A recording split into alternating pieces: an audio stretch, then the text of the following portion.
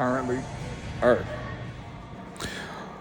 On February 29th in the year 1704, the Deerfield Settlement was raised in Queen Anne's War. Deerfield, a frontier settlement in western Massachusetts, is attacked by a French and Native American force. Some 100 men, women, and children all continue their eternity as the town burned to the ground.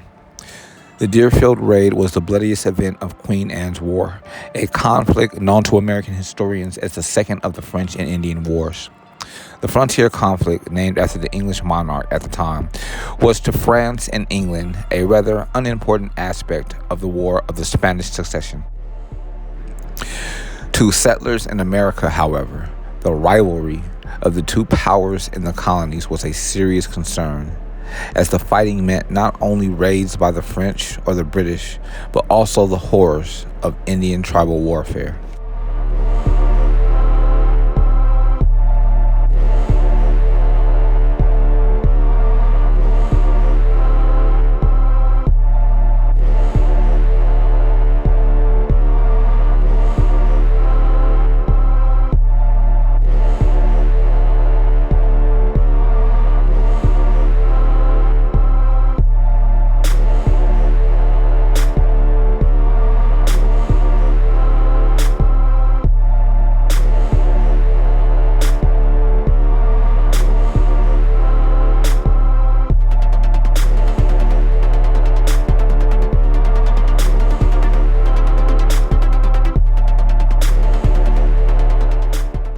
With the signing of the Peace of Utrecht in 1714, peace returned to the frontier.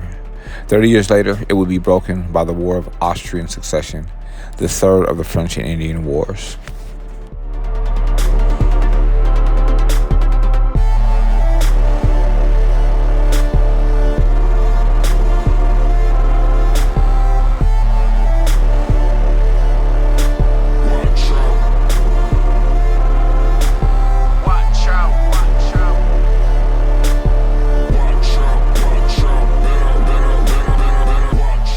It was on February 29th in the year 1940 that Hattie Mcdaniel becomes the first African-American actress to win an Oscar. On this date, Gone with the Wind is honored with 8 Oscars by the American Academy of Motion Picture Arts and Sciences. An epic Southern romance set during hard times of the Civil War, the movie swept the prestigious Best Picture, Director, Screenplay, Cinematography, Art Direction, Film Editing, and Actress categories. However, the most momentous award that night undoubtedly went to Haiti Mcdaniel for her portrayal of Mammy, a housemaid and former enslaved woman. McDaniel, who won the Best Supporting Actress Academy Award, was the first African-American actress or actor ever to be honored with an Oscar.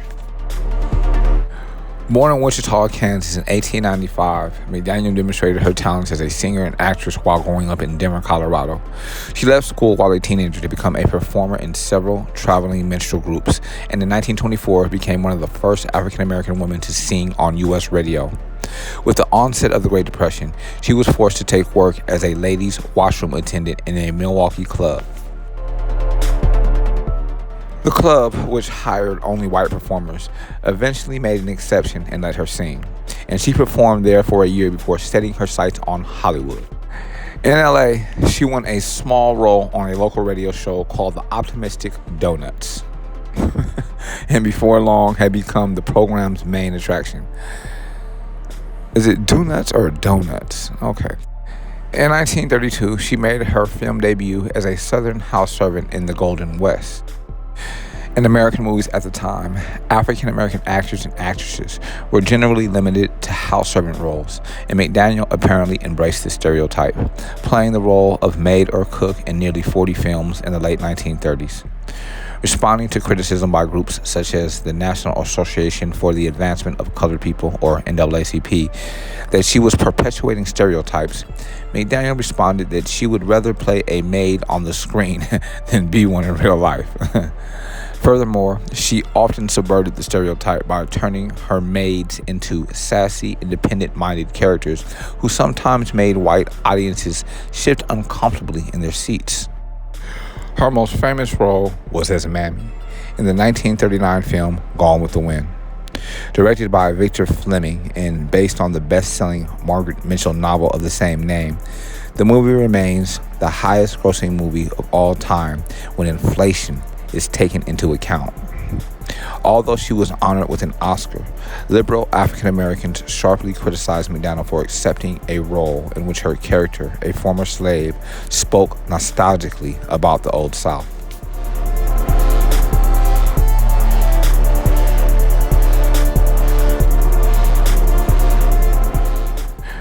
Haiti Mcdaniel's film career declined in the late 1940s, and in 1947 she returned to radio as the star of the nationally broadcast The Beulah Show. In the program, she again portrayed the effervescent Southern maid, but in a markedly unstereotypical manner that won praise from the NAACP. In 1951, while filming the first episodes of a television version of the popular show, she had a heart attack. She recovered to do a few more radio programs, but continued her eternity in 1952 of breast cancer at the age of 57.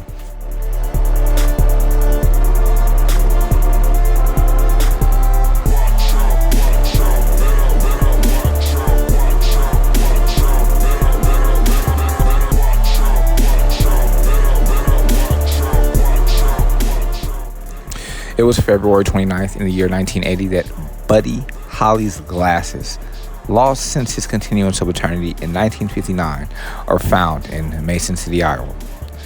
When the Beechcraft Bonanza carrying Buddy Holly, Richie Valens, and the Big Bopper crashed outside Clear Lake, Iowa in the early morning hours of February 3rd in 1959, it struck the ground with such force that all three passengers continued their eternity instantly, and the plane's wreckage was strewn across nearly 300 yards of snow-covered cornfields. The death certificate issued by the Cerro Gordo County coroner noted that the clothing Holly was wearing, the presence of a leather suitcase near his body, and the following personal effects. For Charles Holly, there was cash in the amount of $193, subtracted $11.65 for the coroner's fee, which took it down to $181.35. 2 cufflinks, silver half-inch balls having jeweled bands, top portion of ballpoint pen. Notably missing from the list were Holly's signature eyeglasses, the most distinctive visual legacy of a man who influenced the sound and style of rock and roll immeasurably. Those famous glasses were presumed lost forever until the announcement on February 29th in 1980 that they had resurfaced in Mason City, Iowa. The glasses in question had the appearance of something government issued, but they were in fact carefully chosen as part of Holly's image, not by Holly himself, but by his Lubbock, Texas optometrist, Dr. J. Davis Armistead. Buddy was trying to wear the least conspicuous frames he could find, wrote Dr. Armistead nearly 40 years after writing Holly's last prescription. Personally, I was not happy with the frame styles we had been using. I did not think they contributed anything to a distinct personality that a performer needs. It was while on vacation in Mexico City that Armistead found exactly the frames that he felt Holly needed. He bought back 2 pair of the heavy plastic Fayosa frames.